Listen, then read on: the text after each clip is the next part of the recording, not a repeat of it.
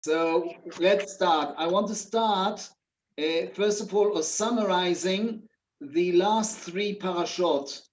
And if you saw I text you. Can you see what I'm showing you now from the WhatsApp? Yeah. I sent this last week, or you didn't see it last week, but you got it in your text. Right.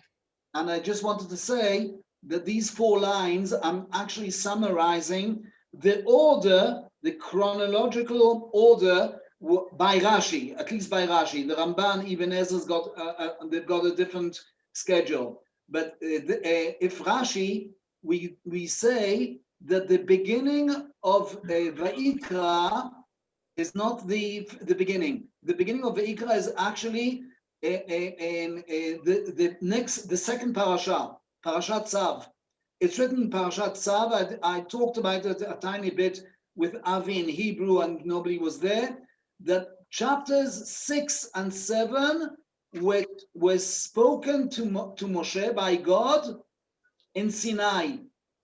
And by the way, Parashat Tzav, the second parasha, starts with the Sinai and finishes with Sinai. You'll have a look at chapter 6 and 7, the beginning and the end of those chapters, right? These are the words of Hashem to Moshe and Sinai. That means we're talking about the first year.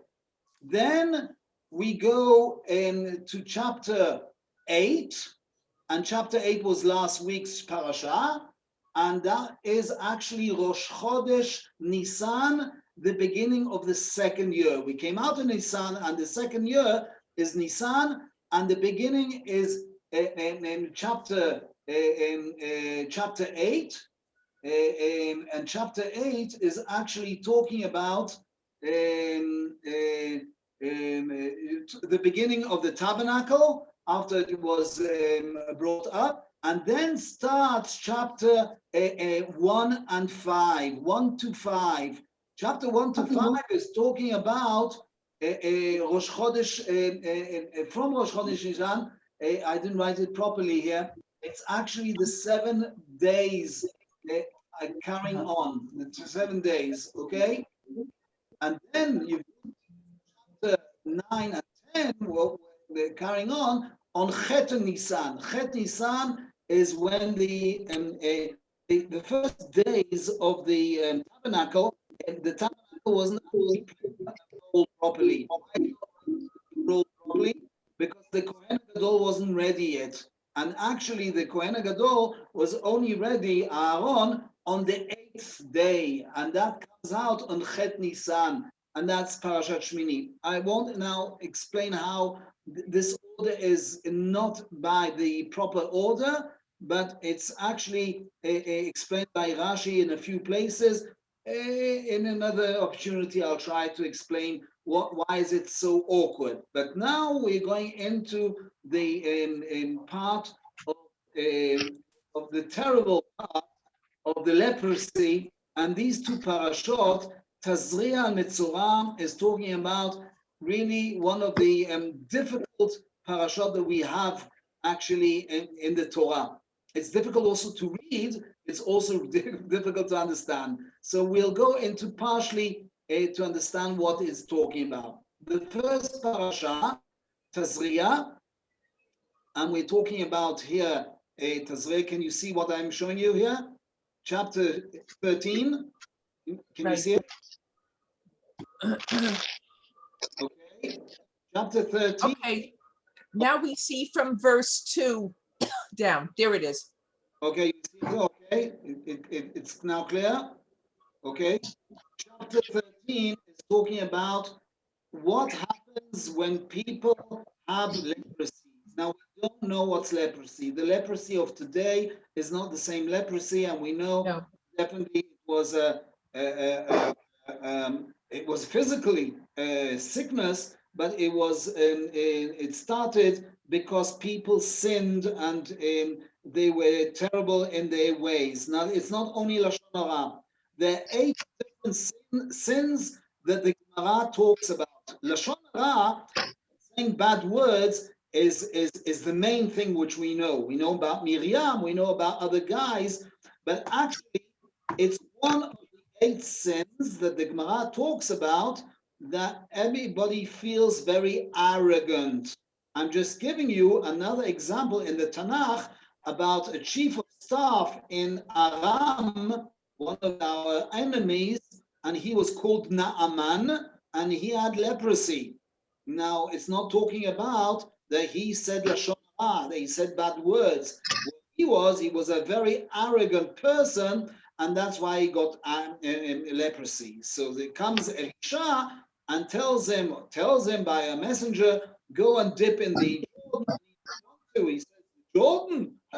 That's not even a river. It's barely a flow, and we've got bigger rivers. He was so arrogant that he didn't want even to listen. And his servant said to him, listen, he's Elisha is an amazing prophet. Listen to him. And later, Naaman definitely became half Jewish. I won't say Jewish, but he suddenly saw, wow, a big miracle happened. So you can see that sometimes Lashon Hara, it's arrogance, it's people that think themselves more than these are all kinds of sins like that. I won't go into the rest of the sins, but all the sins are dealing with ego, with really feeling very high and feeling I'm the most important. That's why, by the way, people say Lashon Hara, they can say, my friend is like, he's terrible, he's like that, because you feel him yourself more. We all feel like that sometimes, that we feel we are more important. And that's why our ego makes us so high, and that's why you've got leprosy. So this chapter, if I'll show it going down, the beginning is an introduction, then the green part is talking about a very harsh type of leprosy. I won't go into it. It's called se'et, sapachat. We're talking about a very high degree that the skin and the flesh is really deep down. It's full of leprosy. Again, we don't know exactly what is leprosy, but we know the colors. We'll talk about the colors. And then it's written, the second half is talking about less harsh leprosy. The leprosy is not in the skin. The leprosy is only on the hair, which means the hair is only, it's part of a person, but it's not the deep part of the person. It's not the blood, it's not the skin, it's not the flesh, and that's why it's considered a much lighter leprosy, because it's only outside of the person, which means only the hair. And that's why the second half is talking about the hair. Victor, you have to mute. Sorry. Okay. So usually. Thank you. I can mute them. Okay. Is it quiet now? Okay. The last part of the chapter is talking about a funny leprosy, which is talking about clothes. I soon will say why this is at the bottom of this chapter and not at the second parasha. Okay, but here we're talking about the introduction, or the heading of this chapter, of this parasha, is Tumat Atzarat, when the leprosy makes you really unpure. It's not talking about to make it pure. Later, we'll talk about the second parasha, how to make it pure and how to get out of this sickness. But all this parasha is talking about how you become unpure and you become really like a dead person. Wow. I'm going to use this amazing thing, that somebody who has leprosy is considered like a dead person. Chazal say that there's certain people who are considered like a dead person. Let's say, not exactly dead, but it means that they lose an enormous amount of the importance of life. For instance, another example is somebody who doesn't have children. If he doesn't have children, he feels as if he's dead. There's no continuation of his life. So that's also considered somebody who's bare from children is like a dead person. Somebody who has leprosy is also considered. Another person is considered a person who is blind. Well, Baruch Hashem, today with all the sophistication of all the different ways of trying to find things instead of the sight, and blind people can really do nearly everything. They can go to university, they can do everything nearly as casual. They can't drive, but they can really go around and think. In the old times, it was considered a person nearly without any hope. And that's why a person blind was considered like a dead person. The fourth kind of person was somebody who is poor. And we're not talking about poor, we're talking about somebody who's really starving. He also is considered like a dead person. But now I'm going to talk about the leprosy. He's like a dead person. You'll soon see that. I'm going to the next page, and again showing about this chapter. And I'm saying the first half have got certain phrases which only belong to the first half, which are not like the second half. And here I'm starting with the red. Here, the first half, it's talking about Adam, a person. By the way, is it a man or a woman? It's also a man and also a woman. Somebody who has a deep leprosy in the skin and in the flesh, he is so deep in his leprosy, he probably sinned more, and that's why he has a very deep thing. He's called Adam. The second half, he's considered much lighter, because I said the second half of the chapter is talking about somebody who only has on the hair, which is much lighter. Here, the Tanakh, the Torah, calls him or Ish or Isha. Gives him a nicer, I would call him a nicer person. He's a Ish, he's a person, or Isha. So here you can see Ish, Ish, Ish. There's also Isha somewhere. I don't remember where I put the Isha, but there's also Isha. Okay, Ish and Isha are written. What's the difference between Adam? It's not obvious that the word Adam appears many times in the Torah. Why?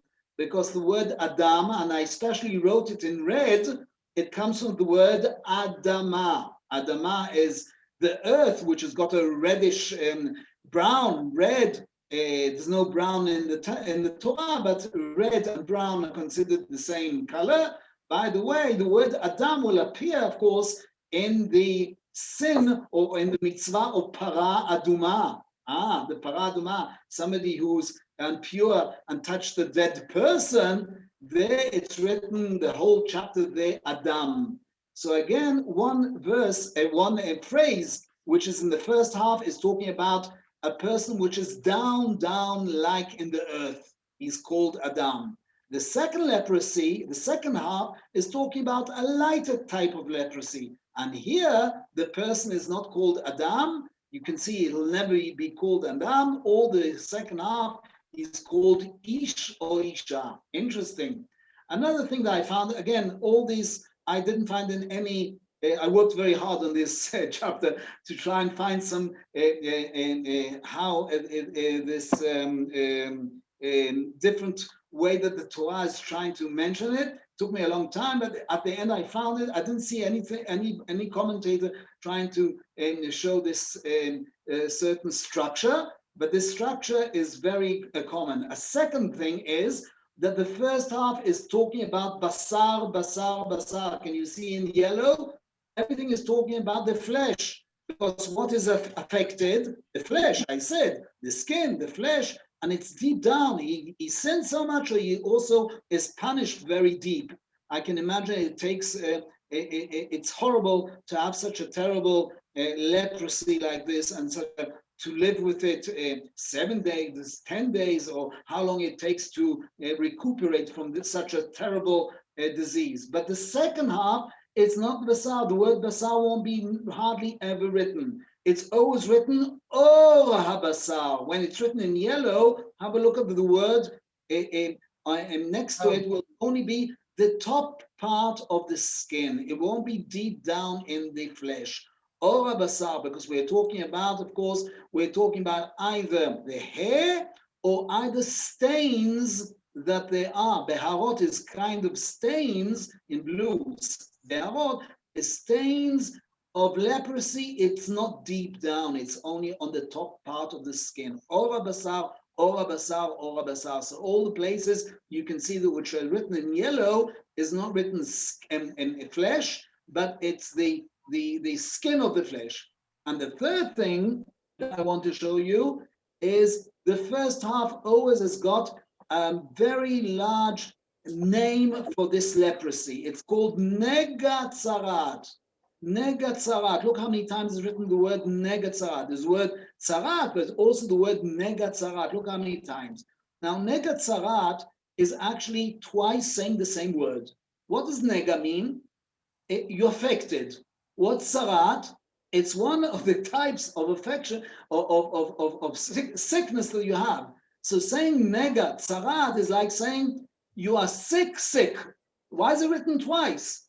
It's showing because you're so deep in your sins, so you're so deep in the punishment, and you're really affected very, very hard. That's why it's written nega tzarat. Only the first half will be written over and over again, the word nega tzarat, which means sickness of a sickness, which means a very deep sickness. It's not just a casual sickness. It's more than that. Nega tzarat, nega tzarat. The second half, you won't find anything like that. You'll always see nega, nega, nega, nega, nega. Interesting. Now, I'm going to talk about the bottom part of the chapter. The bottom part of the chapter will be written the word negatzarat on clothes. And here I want to say, I'll say it in casual because I won't go into it. The majority of incidents that the clothes also have this sickness, I don't know how to call it. Clothes don't have sickness, but they're affected by the tzarat. Most of the events that the Torah is talking about is you've got no chance of saving the clothes. What you do it, you have to burn it. Now we understand why this part of this how do you call it, the end of when you do PS, how would you call it? End of the letter, you have PS. You have appendix. Appendix. Something you add on. Yeah, get on. So this chapter has appendix, only one part, which is talking about what? It's talking about clothes, because most of the clothes are burnt. Because what was the headlines of this chapter? Tum'at tzarat. You can't actually find a way to solve the problem. Nearly you can't find the problem. Most of these men that are affected like this are, for a long time, they are really affected. And also the bottom of the chapter is talking about clothes which usually are burnt. Very difficult to find a solution for a clothes that has been affected and you can try and save it. Most of the incidents here is talking about that they're burnt. Why am I saying that? Because let's go to the next parasha. The next parasha is already talking about, by the way, one more thing in this next page. I especially bolded in this next page, again, chapter 13, look to words which are written the whole time for about 30 places. Here, I wrote here, 56 times. Have a look. The word Kohen appears 56 times. I mean, how many times is it how to write Kohen? Write it once, write it 7 times, but 56 times, Kohen, Kohen, Kohen. Can you see in yellow how many times written here 56 times? Another word which is written so many times is the word Ra'ah. The Kohen sees. He's not a doctor. He's not somebody who does something with some medicine. The only way that you can actually recuperate from this terrible disease is only by a Kohen, not by a doctor, not by a physician, and not by anybody else, only by a Kohen. And how is it done? only by his sight. He doesn't have to be a tzaddik. He can be a stupid Kohen. Well, I don't know if stupid, but not all the Kohanim are very clever. Not all the Kohanim. How many times are written the word see? Also, many, many times, 42 times. By the way, I always show that it's 7 times. It's always a timetable of 7. But here it's an enormous amount of words which are repeated so many times. Kohen and to see. Kohen. Yeah. And that proves that this sickness is nothing to do with sickness. It's actually a kind of sickness, but you can see that who's going to mend the sickness? Only the Kohen, and only not because he's clever, but because he's holy. He might not even be clever. He might not even finish 12 years of studying in school. But you know what? He's on a higher degree. By him watching and seeing, he can recuperate you and become. That's amazing. That's one of the great proofs that this tzara'at, this terrible leprosy, is not a normal way of a disease and so on. So here I've shown, look how many times. Okay, one more thing. I would just say, Professor Milgram, who wrote, the giant commentary on this. So he met with professors of dermatology to discuss with them whether tzara'at corresponds to any known skin illness. And they said, absolutely not, because the issue with tzara'at, that it can get better on its own in the course of a week or 2 weeks. That's not the case generally with, chronic skin illnesses. So it doesn't really correspond to anything that dermatologists know. Exactly. I know his books very well. Amazing. I didn't know that he was talking about them. One more thing that I talked about a few minutes ago was that somebody who has leprosy is very similar to a dead person. Now in blue here I wrote, I bolded the verses which are talking about only about dead people. Right. What's talking about dead people? People who had relatives being died, so they have to tear their clothes. We know Shiva, and then you tear your clothes, and you don't cut your hair. I wrote here, Bgadav Yupumim. You have to really release and not have nice. I won't go into explain why his clothes have to be loose and his head parua, which means he doesn't cut his hair. Right. There's only one more person who is like that. I said somebody who's in Shiva, that his relatives died, or somebody who has leprosy. That means you can see that actually the person who's got leprosy, he's as if he's moaning on his body. He feels that he's half dead. By the way, who used that expression that you are half dead? Miriam. Very good. Yeah. Aaron comes to Moshe and says, why don't you pray on your sister? It's my sister, but it's your sister, because your flesh, half of your flesh is dead, meaning your sister's got leprosy, so she's dead. So here you can see another expression, which is definitely, I bolded very strong in blue, is only 3 times in the whole Tanakh. Badad Yeshem. He'll sit alone, which is reminding us in Yirmiyahu chapter 15, and much more known in Eicha. Eicha Yashva Badad. Why does this person with leprosy sit by himself outside the camp? Because he's worse than anybody else. You are so prejudiced of yourself. You're so got so much ego. You should be kicked out of society. And he's the only one that sits out the 3 different camps. In another minute, I'm going to show you how he comes back in these 3 different camps. But let's say the worst tum'ah, the worst impurity is somebody who touched a dead person. He's not thrown out from the 3 camps.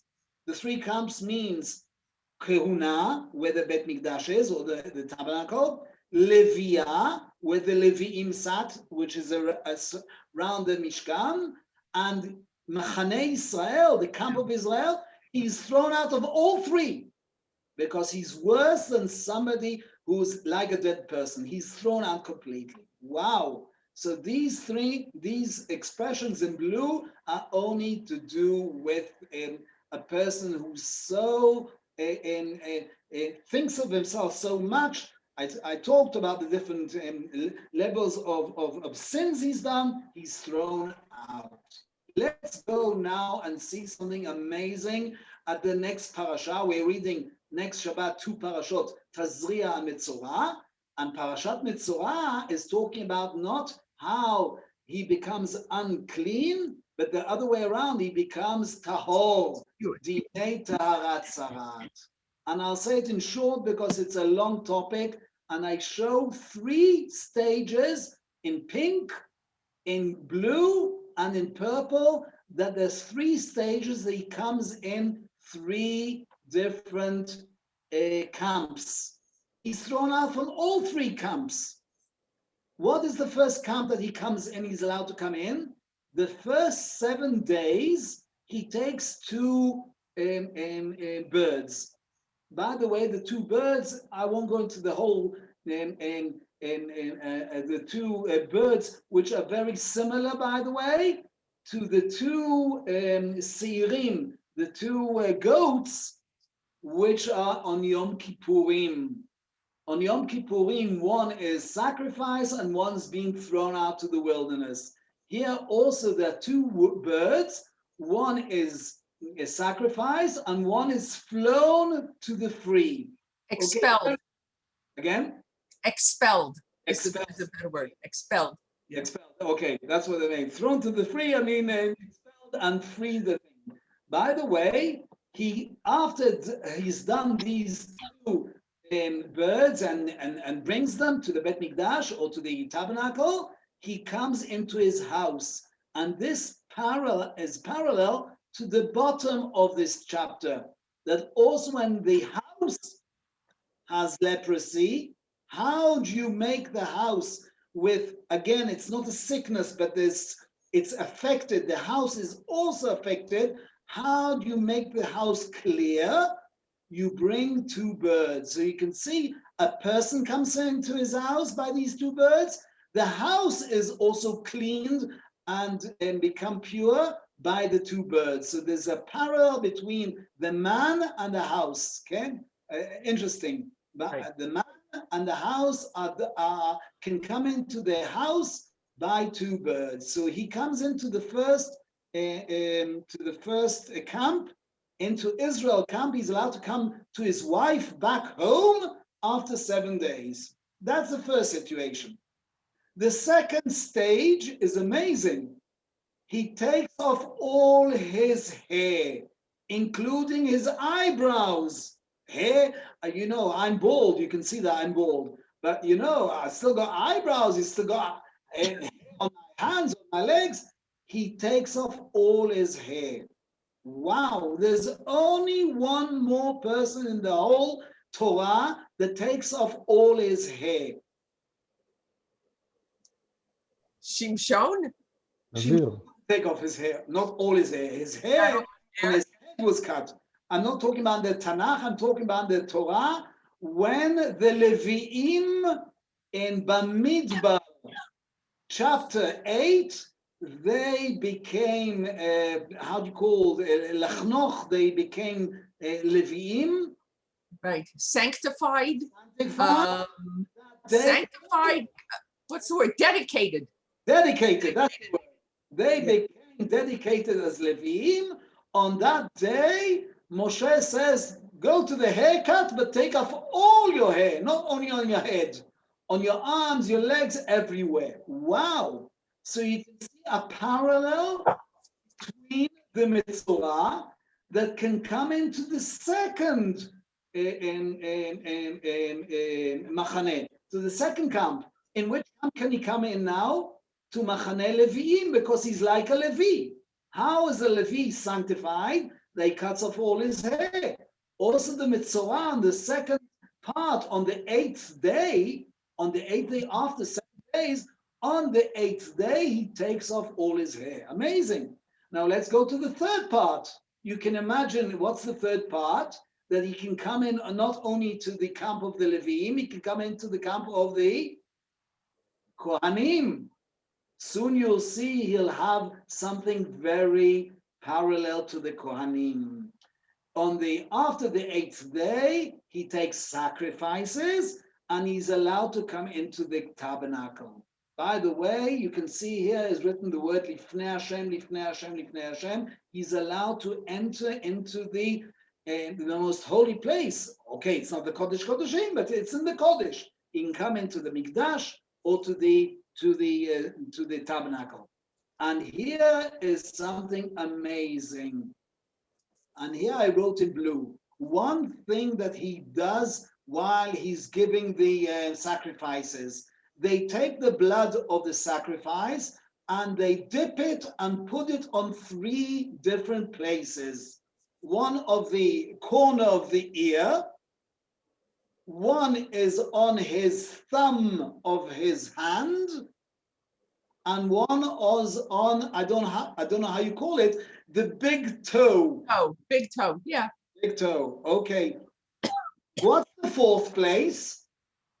There's always, if there's 3 places, there must be a 4th place. The 4th place is the rest of this oil, or the rest of this oil is spilled under near the mizbeach, near the altar. Why am I saying that? There's only one more person, or one kind of person, that you do exactly the same. When the Kohanim were sanctified, what was put on the corner of the ear, on the thumb and on the big toe, and the rest of the blood was spilled on the mizbeach, that was the Kohanim. So you can see, when he comes into the third camp, into the main camp, which is the tabernacle, he's behaving like a Kohen. Wow. So actually, that is amazing.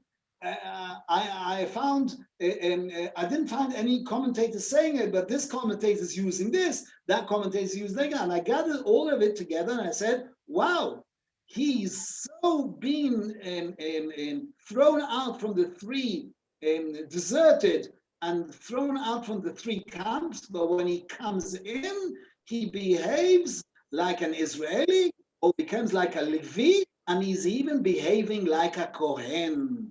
Wow, that is amazing. So here you can see that this person which has sinned so much, when he repented and he's already becoming holy, he can come very holy. And that's the main thing that I found here about this tzarad, that the 3 different stages are parallel to the 3 stages, how to come into the 3 camps. That's a really amazing thing. I'll just show you one more thing about the house.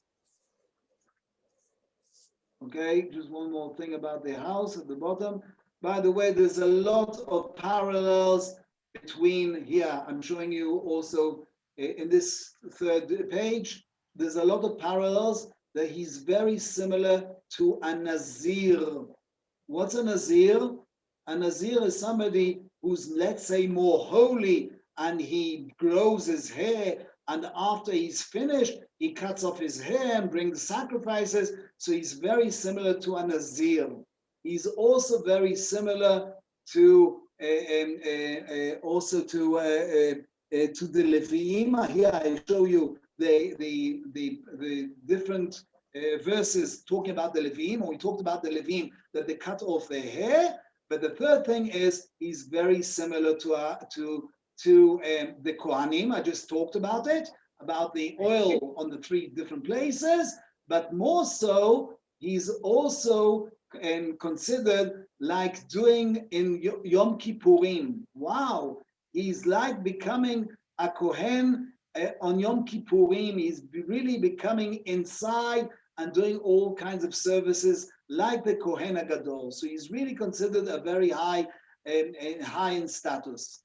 One more thing I'll just say at the bottom of the page, I talked about that the appendix, how do you talk about the last part? The Yeah, last appendix. this chapter is talking about how to make the house clear.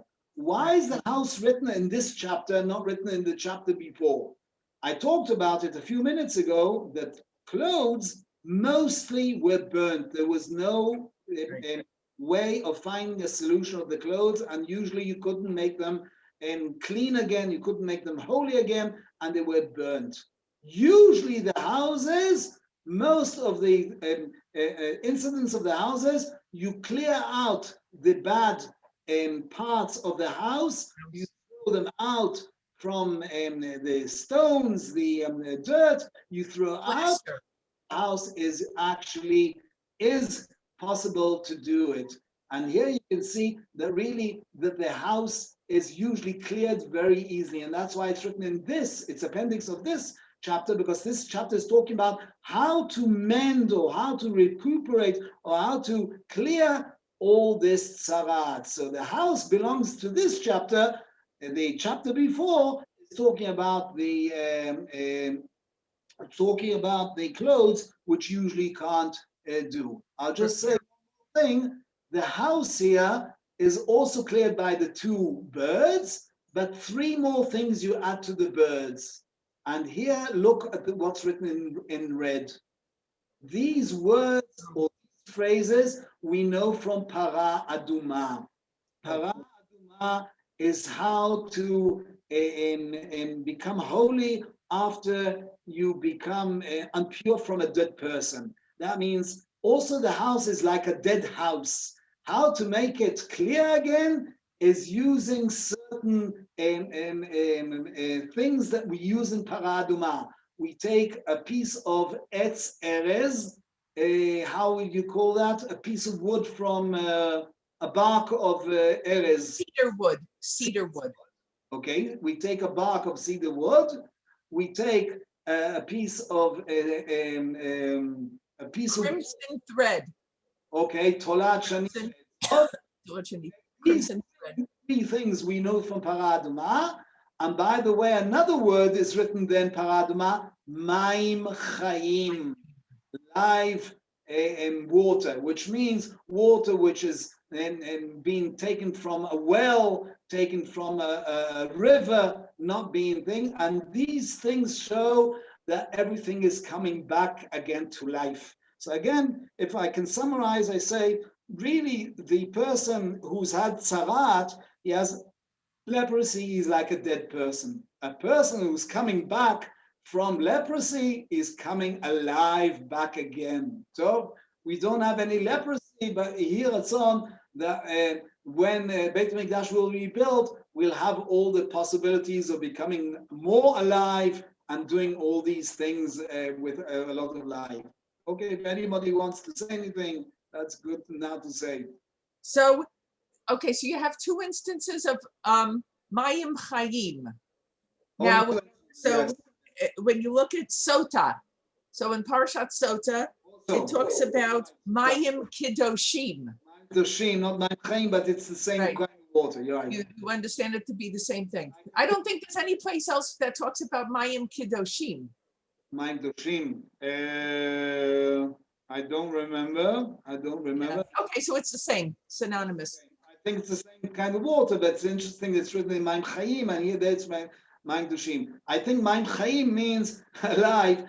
Sota, she's not dead, but she did something really impure, so she has to become more holy. Maybe. Right. Okay. Next week, start really at 7. We don't have to start at 10 past 7. We can start. Okay, Litrot, Avi. Okay. Okay, thank you. Litrot. Bye.